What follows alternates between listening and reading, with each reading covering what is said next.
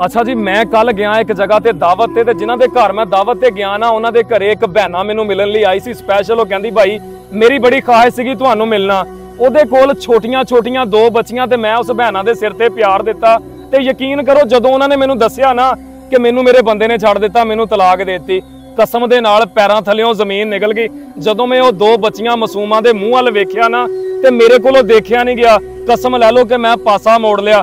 मैं थू करदा उस बंदे दी जिंदगी ते जिहड़ा किसी दी धी भैन नूं पहले चावां दे नाल ढोल वजा के विआह के लैके जांदा ते फिर दो बच्चियां नूं पैदा करके ते ओनूं छड्ड दिंदा।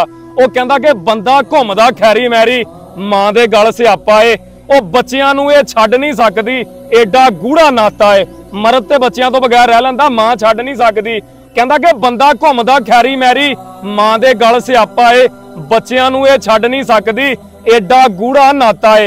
औलाद भावें भैड़ी होवे, मां भैड़ी कहंदी नहीं। ਉਹ दिलदार प्यो बच्चियां तो बगैर रह सकदा, मां कदे भी रहिंदी नहीं, मां कदे भी रहिंदी नहीं। ते खुदा दा नां जे हाथ जोड़ के मिन्नत करदा किसी दी धी भैन दी जिंदगी बर्बाद ना करया करो। अल्लाह दी कसम ही धी ते जिंदी मर जांदी। अगे ते ओह कल्ली धी सी, हुण ओहदे कोलों गां दो धीआं वा। ओह अल्लाह दी रहमत बड़ी बेपरवाह, अल्लाह पाक बड़ा बेपरवाह, जो करदा बेहतर करदा।